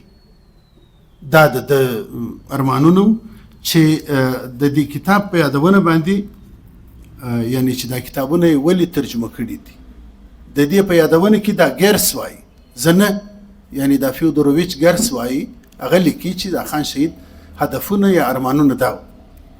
بل کتاب چې خان شهید ترجمه کړی دی هغه کینیډین انګریز دی، میړو مینه دی. هغوی کتاب لیکلی دی The Future of Freedom. دا په اردو خان شهید ژباړلی دی او په پښتو. په پښتو یې د ازادۍ د پای په نامه ژباړلی، د ازادۍ پای، The Future of Freedom. او په اردو کې ازادي کا افق. یعنی ازادي کا افق اوله پلا په لاهور کې یو پنجابی دی، هغه چاپ کړی دی، بیا ځلې چاپ شوی دی. که دغه یو کتاب څوک ووایي، یعنی یو 200 صفحات ته نږدې کتاب دی، ازادي کا افق دی، په اردو دی. که دا کتاب څوک وایي، زه فکر نه کوم چې هغه دی د هغه ذهن دی دومره نه وغوړېږي چې د هغه دی د یو قام، د یوې ټولنې د ازادۍ په مقصد ورسېږي. ولې ازادي؟ څه دپاره؟ زموږ په کار دی چې یو کتاب وایو، د موږ سره دا پوښتنه را پیدا سي. موږ یو عمل وینو، د موږ سره باید دا پوښتنه را پیدا سي. موږ دلته دا لایبرري ته راغلي یو، ولې راغلي یو؟ مرام څه دی؟ مقصد څه دی؟ په کار دی چې سرسري ونه اوسېږو، باید ژورو ته ولاړ سو. نو دا د خان شهید هغه کتابي اثارو چې پښتو ته یا پښتنو ته پیرزو کړي وه. موضوع به رالنډه کړو. مقاله خورا ډېره اوږده وه، تر دې ځایه پورې بې بس کړو. اوس که تاسو مطلب د دې په اړه یو پوښتنه لرئ. د اوس زمانې چې کوم ځوانان دي، طالب علمان یا عام سیاسي کارکنان چې دي، زما په سوچ سره دغه پښتو چې دا ډېره زیاته د دوی په سمجھ کې نه راځي. شروع کې کتاب بیا په میان کې ځم پاتې شي ستوخه د پښتو خو ډېر ستوخه ژبه ده، ډېره ګرانه ژبه ده، اسانه خو نه ده. بیا زموږ په دې ملک کې په دې معاشره کې چې د غلامۍ ژوند دی او پښتو کې تعلیم نشته، یو شی نشته. پښتو به ذات خود په دې ملک کې چې موږ وجود لرو، دا به ذات خود ما او تا خپله د مور او د پلار او د ټولنې زده کړې ده. په سکول او په مکتب او په دې کې خو موږ ته یو لفظ چا نه دی ویلی. نو دا یو خودساخته زبان دی چونکې زموږ مورنۍ ژبه ده. نو په دې کې تجویز دا لرم چې مال که چیرې دا کتاب په اردو کې هم چاپ شي، بیا دا خلک بیا ویلی شي او دوی ته ډېره اساني پیدا کېږي. دغه یو دغه تجویز مې درکاوی. ډېره مننه عمر خان صاحب. ډېر ښه معقول سوال دی، معقوله پوښتنه ده. او د دې ځوانانو یا د زموږ د ټولنې یو تصویر هم دی، یو انځور هم وړاندې کوي چې د خان شهید کتاب ولې نشي ویلی. د پښتو د ګرانوالي په اړه باندې زه به دا ووایم چې پښتو ګرانه ژبه نه ده. وجه یې دا ده، پښتو زموږ دلته یعنې ستړې په برخه ده چې زه اردو زده کوم. دا هغه سیاسي ستړې ده چې زه اردو زده کوم. زما یعنې ماسټر سړی په ډېر محتاط انداز، په ډېره بخښنه به زه دا ووایم چې زما هغه ماسټر سړی اردو نسي ویلی. یو فلسفي و هغه ول زه چې د بل ژبه وایم داسې دی لکه درواغ چې وایم. بیا یو چا پوښتنه چې وکړه چې یعنې نو ولې؟ ده ویلې ول زه په دې کې یم چې دی نه کا راسه کیسي کی راسه کاسي که نه، یعنې هغه برلاسي زه نه یم. د بل ژبه زده کول که لوی کمال دی، خپله ژبه هېرول بې کمالي ده. د بل ژبه په سل کې یو سړی په داسې انداز نسي زده کولی چې هغه دی ګرامریټیکل د ده څه غلطي نه کېږي. ته پښتو وایې، هېڅ دلته د تا سره یو اندېښنه نشته چې یاره دا تورې ته به زه مذکر وایم، دې ته به مؤنث وایم، دې ته به څنګه وایم. یعنې د مافي ضمیر د اظهار دپاره که ما حق هو چې څومره یې حق دی، هغه په پردۍ ژبه کې تقطن نسي کولی. چې نه یې سي کولی، ستا تعلیمي ژبه اردو ده، ستا تعلیمي ژبه انګریزي ده. یعنی د هغه حیثیت مقدم دی، ستا د ژبې حیثیت شاته. که چیرې ستا د ژبې حیثیت مقدم سي، یعنی تا ته زه به یو یادونه وکړم په 1950 کې زموږ په دې لوی وطن کې په یو سکول کې بیولوژي، فزیکس او کیمستري دا درې سبجیکټه په پښتو ورته ویل کېدل په 1950 کې.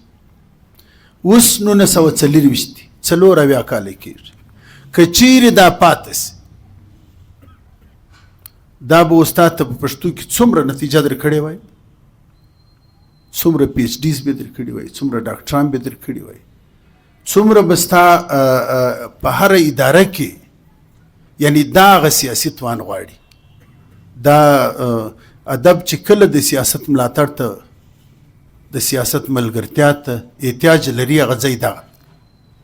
یعنی که چیرې موږ وکولی سو زموږ ژبه د زده کړو ژبه سي و موږ ته ساینس پکې وویل سي، هره ژبه داسې ده.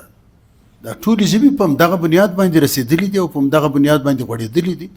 د خلکو د ضرورت ګوره انګریزي، زه یو مثال خلکو ته ورکومه، انګریزي ژبې د ټکنالوژي پر وزرونو باندې دومره الوت وکړي چې په توبه اڅکزۍ کې، په توبه کاکړۍ کې، په دا ټولو ځایونو کې ته ورسه د سینډ زده دی، میسیج زده دی، کال زده دی. یعنې چا ورته ویل؟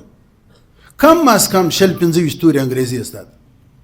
د نسکول ویلي وچیش دي دا د ټکنالوژي پر وزرونو باندې دا ژبې الوت کړی دي د هغو تر ذهنونو پورې رسېدلي د هغو یو ډول ضرورت جوړ شوی دی کال راوکړه وینې ما مس کال درکړي میسج دې نه دی راکړی یعنې داسې 25 الفاظ د هغه سړي زده دي چې هغه 15 کلن دي نه یې سکول ویلی دي نه یې سبق ویلی دي زموږ ژبه که چیرې دومره توان پیدا کړي ته ګورې یو بل فکر دی دلته باید ډاکټر صاحب زه وکړم زموږ په ډېر محتاط انداز باندې دا وخت 6 کروڑه پښتانه ویونکي شته پښتو ویونکي بلکې اضافه دي زیات دي خلک 2 کروڑه یا دي په 6 کروڑه انسانانو کې موضوع به ډېره کمزوري وي زر کتابه په ډېر تکلیف وځي په ډېر تکلیف وجوهات یې څه دي لاملونه یې څه دي اسباب یې څه دي ولې خلک نه وایي دا یو سوال سو د خان شهید د کتاب په اړه باندې چې خان شهید په کوم لیکدود باندې دا کتاب لیکلی دی هغه موږ ته ولې ګران دی دا ځوانانو ته ولې ګران دی او دا سوال پر ځای دی او په اردو یې ترجمه شروع ده بلکې 2 ځایه شروع ده کیدای شي اوس یو غنو صاحب کړی ده یو په لاهور کې یو بل اردو سپیکینګ یعنی صاحب زبان دی هغه کوي شوکت ترین هم تقریبا تر یو حد پورې بلکې مکمله کړې وي هغه هم چاپیږي راځي خو په پښتو چې کوم ماته تول چې مافي ضمیر کما حقه چې څومره حق وي هغه اظهار چې د کړی دی هغه ته په پښتو کې احساسولی شي نور ژبو والا ته نشي درکولی ته چې پښتو کې مطلب ووایه د هغه احساسات هم تا ته منتقل کیږي هغه تر تا پورې دررسېږي نو زه په دا کې ما دا کوشش دا خان شهید د خپل ژوندلیک په رڼا کې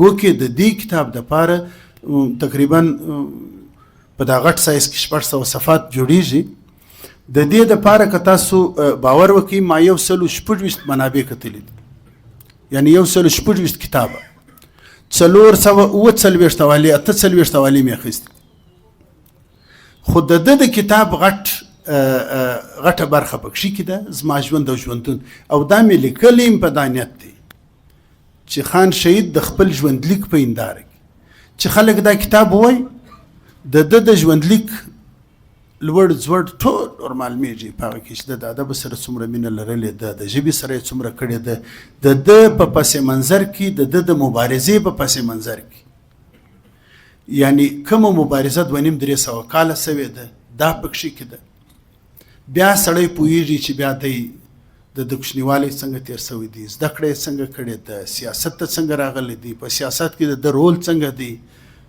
تر کومه حده پورې مطلب کردار بیا د 42 د ژوندلیک تر 42 پورې د ژوند خوندي کوي تر هغه وروسته بیا نور منابع دي یعنی نورې سرچینې دي له هغوی څخه کار اخیستل شوی دی بیا دا ترسره شوی دی خدای دې موږ ته وس راکړي چې دغه کتاب چاپ سي دا کتاب ووایو خان شهید هم ووایو اردو یې هم راسي اردو هم ووایو پښتو ته به زه دوی ته هم خواست کوم دا کالجونو ته خواست کوم چې پر پښتو لیکدود باندې په کار دی سرکلان وسي خاص کر د خان شهید پر لیکدود پر پښتو لیکدود باندې استادان سته اوس لیکچرر سته په کار دی د هغوی سره مطلب دغه کار وسي دا دی چې آزاد صاحب موږ دغه سرکل سټډي د پارټي له طرفه موږ د هر هفته یو کلاس موږ ووایو د اول کلاس یې ونیسي تر 10 پورې نو زموږ دپاره به دا ډېر د فخر او د ویاړ خبره سي عزیز الرحمن صاحب ډېره مننه اسیر صاحب د خدای وبخښي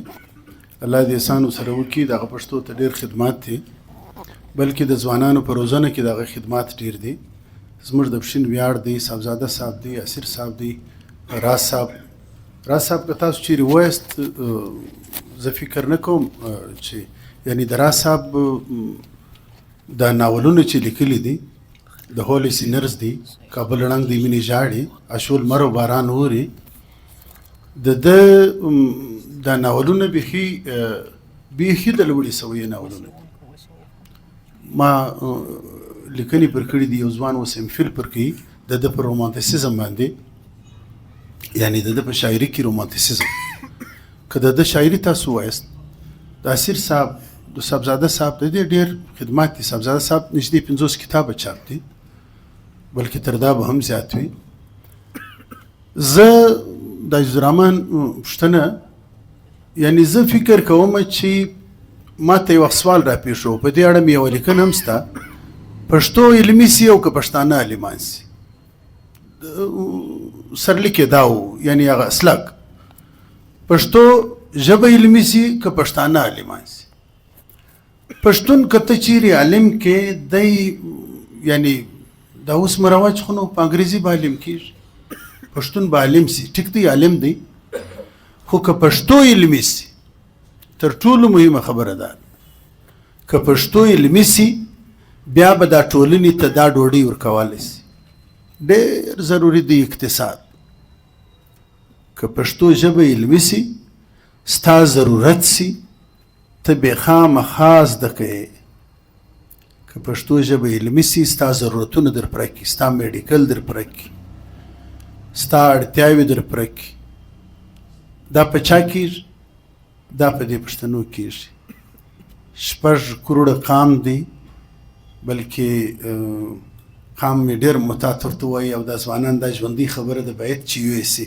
تر اوسه پورې پښتانه دغه اڅکزی قام بولي، ترین قام بولي، کاکړ قام بولي. چې دا ځوانان پوښتنه سره کوي وایي ته په قام چې سي؟ هغه وایي زه اڅکزی یم یا کاکړ یم یا ترین یم. د قام تعریف دا دی، اول تعریف دا دی چې ژبه به وایي. اوس که اڅکزي جلا ژبه وایي، کاکړ جلا ژبه وایي، ترین جلا ژبه وایي، نو ټیک د جلا قامونه دي، دا قبیلې دي. که موږ په فکري توګه یو قام سو، د قام یعنی هغه زموږ فکر هغه ته ورسېږي، اوج ته ورسېږي، دا مسایل حل کېدلی سي. تر ټولو مخکې دا خبره په شیرشاه فرید خان پورې چې هغه ویلي دي چې زما په دربار کې د قبیلویت خبرې مه کوه. شیرشاه کله تیر سوی دی او په دې اړه باندې استاد ابراهیم عطایي لیکي. هغه وایي موږ چې کله د څانګو څخه قبیلویت ته اوښتو، د دې خپل پروسس دی او دا ډېر اوږد پروسس وي. کله چې قامونه د دې څانګو څخه قبیلویت ته اوړي، یعنی سیمزه یم، علیزه یم، یا په کاکړو کې بیانزه یم، یا سنځرخیل یم، یا پلانه یم، یا په دا نورو قبیلو کې چې دا لاندې څانګې دي، دا سب برانچز چې ورته وایي، چې له دې څخه ته قبیلویت ته راپورته کېدې. ابراهیم عطایي لیکي چې دغه نقلونه په هغه وخت کې لیکل سوي. ادم خان درخاني و، موسی جان ګل مکی و، طالب جان ګل بشره و، دا شفاهي ادبیات که تاسو ویلي وي. ظریف خان و مابی، طالب جان ګل بشره خورا مشهوره نقل دی. او دغه ملي هنداره په کار دی چې تاسو یې ووایست. ملي هنداره زما اوله مدرسه ده، یعنی زما دپاره استادانه حیثیت لري. زما په کور کې د نیکه څخه راپاته سوی د یو د رحمان بابا دیوان و، یو داسې د مولا سلام سوسن چمن و. نو دا یعنی موږ په کار دی دا ځوانان دا شعوري کار باید چې وکړو. که یو څوک تاته وایي چې په کام څه باید چې ورته ووایي چې لالا په کام خو نه یم، زه د سره غږېږم یاره پښتو وایم. د قام ډیفینیشن دا دی، د قام تعریف دا دی چې د هغه به ژبه یې وایي، کلتور به یو وي. پښتنو کې خو نو په چمن کې هم دغه ته راواده کېږي، پښین کې هم هغه ته راکیسه ده، په ژوب کې هم هغه ته راده. یعنی موږ یو قام هله جوړېدلی سو چې زموږ په فکري توګه دا ومنو. ما هغه ورځ یو ذکر وکړي چې دا تیز، انټیتیز، سینتیز، یعنی که دا خبره زموږ تایید ده، که موږ منو کې نه منو، موږ د قبیلویت په پړاو کې اوسېږو. دا زموږ فکر منلې ده. او دا تیز انټیتیز به دا راځي د دې قبیلویت ناوړه اړخونه به ته ورښایي و خلکو ته چې وروره دغه تاوان دی. زموږ د قامولۍ په مخ کې دغه ستړې ولاړه ده، مې کوه ده، دغه موږ سره بیلوي، زموږ د قام په لاره کې د خنډ و ځنډ راولي، دا زموږ د بیلتون لامل دي دا شیان، دا مه کوه. په دې توانو به ته دغه ټولنیز فکر پوه کوې، بیا به سنتیز ته ځې. موږ له څانګو څخه قبیلویت ته راپورته سوي یو، له قبیلویت څخه قومیت ته لاره چې موږ یو قام کیږو، موږ به تر دغه پړاو اوسو. او دا ډېر تاواني پړاو دی، د خلکو مفادات ورسره تړلي دي، د خلکو ګټې ورسره تړلي دي. خامخا به څوک ترین قومي اتحاد جوړوي، څوک به اڅکزی قومي اتحاد جوړوي، څوک به چیش جوړوي، د چا د کمزوري څخه خلک فایدې اخلي. دا د هغوی ضرورتونه دي او موږ به د دې په خلاف یعنی د دې مزاحمت به څنګه کوو؟ نعمازات ته به زه وایم چې ورو دا خو چندانې کار نه دی، اجتماعي کار نه دی، ټولنیز فکر نسته په دې. یعنی د دې دا زموږ د قومیت یا د قام په مخ کې دغه پړاوونه، دغه چارې، دغه عملیات دا د خنډ سبب دی. چې دا سره یو سي ژبه پرمختګ کولی سي. او زه دا فکر کوم چې کله ژبه علمي سي نو به ټول پښتانه عالمان وي.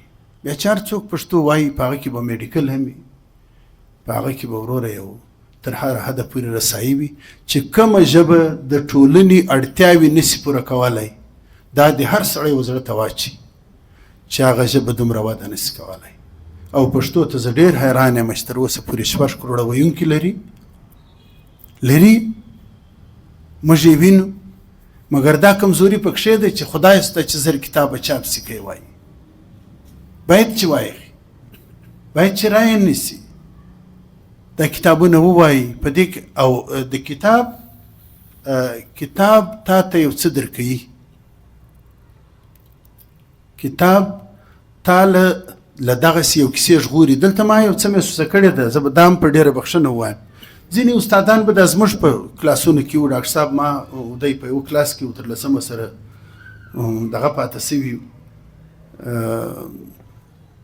کلاس فیلوز پاته سوي. نو داسې استادان به وو د خپلې ناپوهۍ څخه به بیرېدل چې چا به یو سوال کاوه د بل کښېنه بیا دبه که نه. دا مثلا نه وای چې د آیا زموږ بې ادبي په پام کې وه، مسله به دا وه شاته چې بیا موږ په پوه سو د خوارکي به هغه سوال نه وزده، هغه پوښتنه به نه وزده. اوس هم داسې ځایونه شته، دا نفسیات باید رامنځته سي. استاد نو هغه عقلي کل خو نه دی، نو هغه هم دغه 12 14 ویلي دي تا ته ولاړ دي چې تر کومه حده پورې دی زده وي په کار دی دا وزغمي برداشت کړي چې ورو دا ځوان پوښتنه وکړه، دا هلک پوښتنه وکړه، سبا به زه یې در وښیم، بل سبا به در وښیم. هېڅ مسله نه ده. په موږ کې تر ټولو مهمه ستړې دا ده چې موږ خپله ناپوهي نه منو. او تر ټولو پوه سړی هغه دی، دا مجاور احمد زیار پورې ما د هغه څخه اورېدلې ده، خلک یې په ډېر لوړ فیلسوفانو پورې تړي، بلکې د دغه خبره کوي د سقراط یا د ارسطو چې په پښتو کې داسې دی چې نه پوهېږي چې نه پوهېږي چې نه پوهېږي. هر هغه سړی چې په خپله ناپوهي نه پوهېږي، هغه که سړی که قام چې په خپله ناپوهي نه پوهېږي تر هغه ناپوه څوک نشته. او کوم سړی چې په خپله ناپوهي وپوهېدی تر هغه پوه سړی نشته. یعنې زه دا بده خبره نه ده چې زه نه پوهېږم په دا، زموږ سره دا نفسیات نشته. وایي ما ته باید څوک ونه وایي چې ته ناپوه، دا د هر سړي حق دی. زه نه به پوهېږم، دا کمره د ما دننه نه دی لیدلې، زه د دې په اړه څه علم لرم چې دننه ورسم کې وګرځېږم بیا تا ته ویلی سم چې وروره په دې کې دا شی پروت، دا خونه ده او دا داسې دي، دا داسې دي. زموږ د دغه نفسیاتو د بدلولو دپاره هم یو کوشش پکار دی، سټرګل پکار دی، شعوري سټرګل پکار دی. دا استادان پکار دی چې موږ ته یعنې استاد و شاګرد پکار دی چې نسي یو له بله ځله پټ. زه په دا دومره کمه سویه زړه مې کړی دی چې ته راسه بس پروا نه کوي، دلته به سره کښېنو، څه به ځوانان در وښیي، څه به ملګري در وښیي، څه به دا زما همعمره همزولي در وښیي، څه به وروره د افکارو تبادله چې په کوم ځای کې سره کېږي، یو د بل د اورېدلو زغم کوم خلک لري هغه ډېر څه زده کولی سي. او تر ټولو مهم قوت دا دی، تر ټولو دروند واک دا دی چې ته خپله خبره تر چا پورې څنګه رسول غواړې، څنګه یې کنوې کولی سي.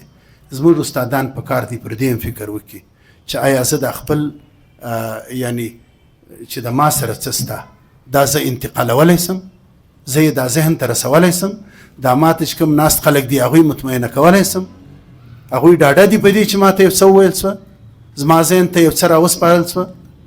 پکار دی په دې اړه فکر وکړو دا خبرې باید ژوندۍ کړو زه یې تا ته وکړم ته یې بل ته وکړه بل یې بل ته وکړي بل یې بل ته وکړي سوکه به دا خبرې پښې وکړي نو به ژوندۍ سي د خلکو ذهنونو ته به ورسي هر چا سره به یو توان پیدا سي بله داسې پوښتنه پښتو ډیجیټل کول لپاره زموږ سره پر ګوګل باندې موزیلا کامن وایس یو اپ را سره دی چې پر هغه باندې عبدالولي کامسون خپل ډیر کار کړی دی که موږ وغواړو پر فیسبوک دی سرچولی سو زما پوښتنه دا ده چې بایزید روښان زموږ سره په پښتو کې غالبا 15 توري اضافه کړي دي شین دی ژ ده او زیم دی دارنګه نور نو خان شهید موږ ته کم شان را کړي دي د پښتو دپاره د لیک دود دپاره مننه کور ودان دا موضوع یادونه مطیع الله جان سوال کې باید چې نوم وي نو دا پوښتنه ډیره مهمه پوښتنه ده موږ ته چې دا سمبلز ما یې نومونه یاد کړو چې حسن میوندي را کړي دي اوله پلاو بایزید را کړي دي بیا خوشحال بابا زنجیري دا دغه کړي دي محمد ګل خان مومند دا ښځینه یې اضافه کړې ده چې مطلب نجلۍ کېږدۍ و دې ته دا ښځینه یې چې دا وروسته لکۍ ورکوي دا کوچنۍ دا اضافه یې پکې کړې ده خان شهید پر ټوله لیکدود باندې لږ یادونه بې زه وکړم خان شهید د موږ سره واوونه سته یعنی واو سمبل مسله دا ده چې هغه دستي بولډ غواړي زه به دغسې یو څه د سوال تر حده پورې یعنی موږ لور لیکو لور لام واو ری د هغه تورې دي دغسې لیکو لور وایو لام واو ری لور د هغه تورې دي لور وایو مهرباني په معنا لام واو ری په کاکړۍ لهجه کې د هغه تورې دي لور وایو لام واو ری د دې د ورتوالي د دې د ورتوالي ته ځینې خلک التباس هم وایي تاسو ورته حیرانېږئ مه التباس معنا ملتبس په یوه جامه توري یو رنګه توري دا وایي التباس پکې راځي التباس مراد دغه دی چې یعنې دا ملتبس توري دي یو رنګه دي سره ورته دي سیم لکه دا لور لور لور لور یعنی دا څلور سره توري په پښتو کې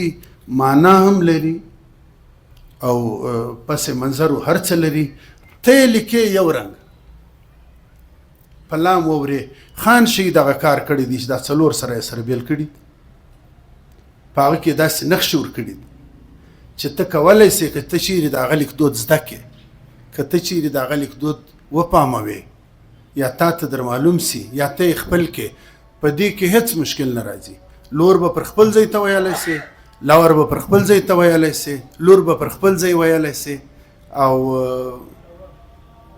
لور به پر خپل ځای ویلی سي نو خان شهید د ټولو الفاظ دپاره داسې نه چې یو د وو د وو ما یادونه وکړه او د وو بغیر دغه مسله حل کېږي نه داسې نو په یګانو کې موږ 15 یګانې دا وخت لرو یوه ساده یې د مطلب د مفرد د یوه سړي دپاره کارول کېږي یوه د جمع یې د لاندې دوه ټکي لري که نه یوه اوږده یې د هغه بیا د سر پر سر ټکي لري خو بهرحال هغه بورډ غواړي هغه که تاسو مطلب یو ځای سرکل کښېږدي ګنټه او یوه نیمه هېڅ مشکل نه دی پر دې باندې چې زما څه زده وه هغه به زه در شریک کړم چې تاسو څه زده وه هغه به تاسو را شریک کړئ دا یوه ساینسي موضوع خو ده البته د لیکدود تر حده پورې موږ ځان په پوهولی سو چې کم خلک یې څنګه لیکي کم خلک یې څنګه لیکي خان شهید یو بل فکر لري د ده په کتاب کې دا دغه سته که یې موږ کوټ کړو دی وایي چې څومره لهجې دي څومره ګړدودونه دي ګړدود لهجه ته وایي چې کم خلک په کومه لهجه ګړېږي که نه دا لهجې ډېر فرق کوي فرق داسې کوي اوس د کندهار خلک دي جیش وایي جیش چمن لراسه دیرش وای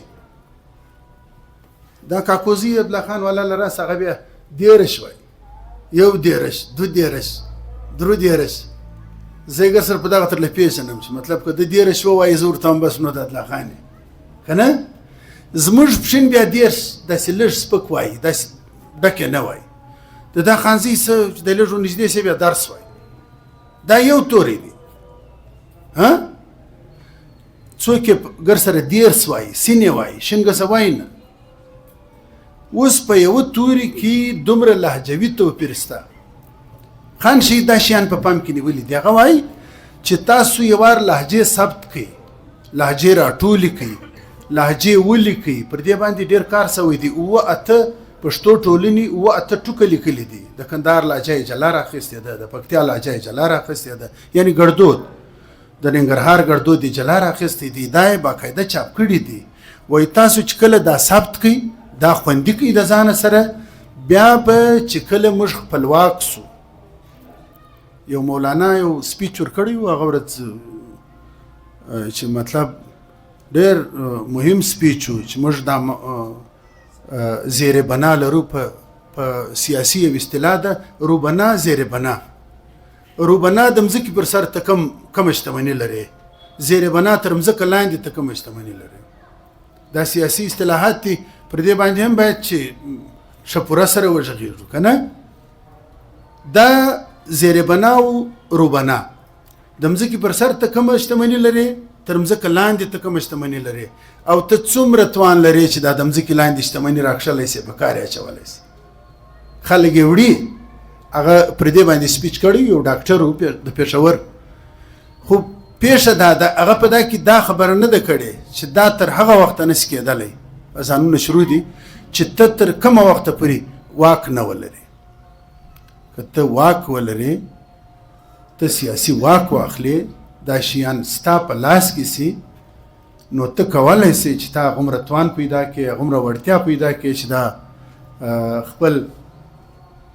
خپله شتمني ته بیا په کار واچولی سي. او د دې قام د ودانۍ دپاره موږ تصور نسو کولی د بونیره څه چې کوم ماربل ځي، یعنی دا ته تصور نسې کولی چې په دنیا کې دا څومره قیمت لري. خو ځي د ډبرې په شکل کې له تا څخه روان دي. دننه معدنیات زه دا نه وایم، یعنی زما خاوره، زما په خاوره کې کوم شتمني په هغه باید زه ودان سم، زما حق دی. دا پر یو سیاسي مخکش باندې یو چا سوال کړی و. دا لارۍ روانه و، ډبرې اخیستې وې، کاڼي اخیستې وو. هغه ورته ویلي صاحب دا کاڼي چیرې وړي، دا دومره درانه کاڼي د دې ځای اخیستې دي په دا لارۍ کې.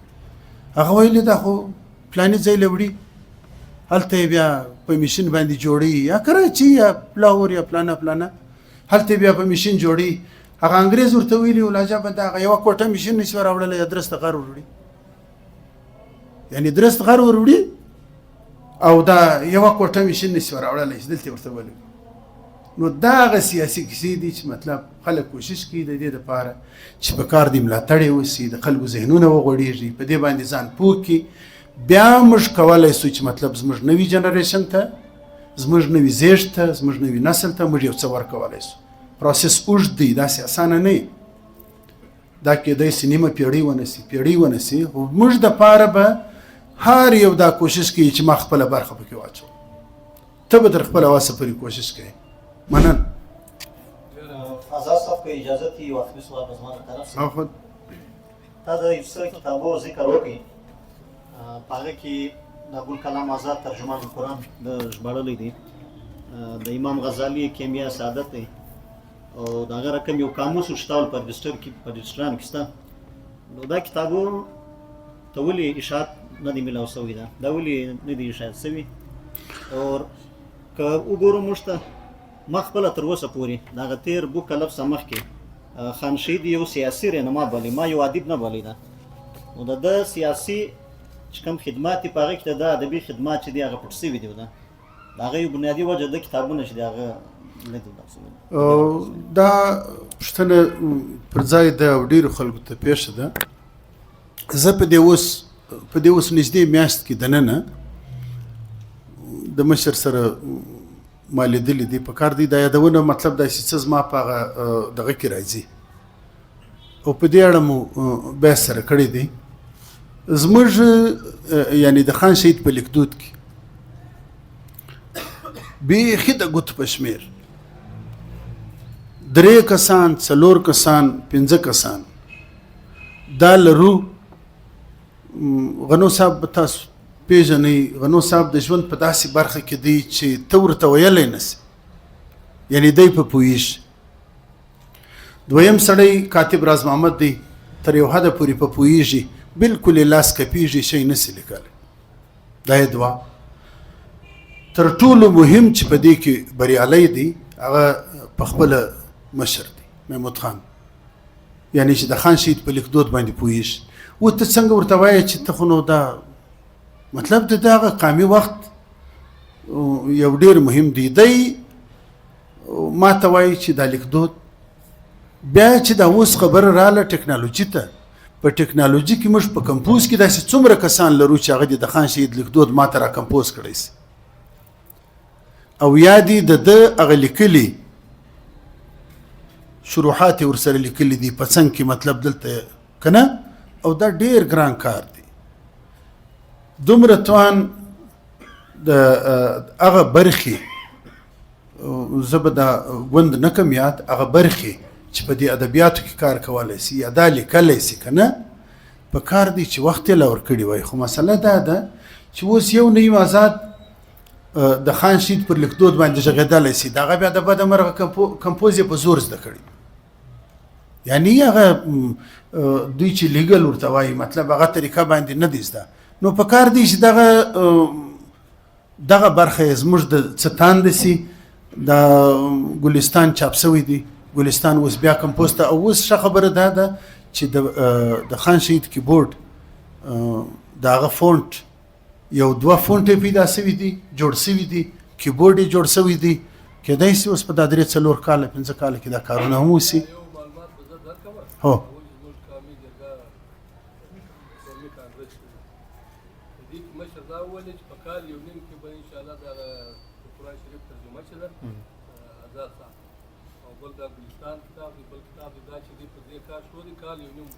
زه خبرم ډېره ښه خبره دی وکړو. عمر خان صاحب دا اوس کانګره کې یادونه کړې وه چې موږ مطلب هغه خلک چې د کتاب د چاپ توان نه لري هغه هم کوو دا هم کوو په دغه پروسس باندې یعنی په دغه باندې زه خبر یم چې چیرې دا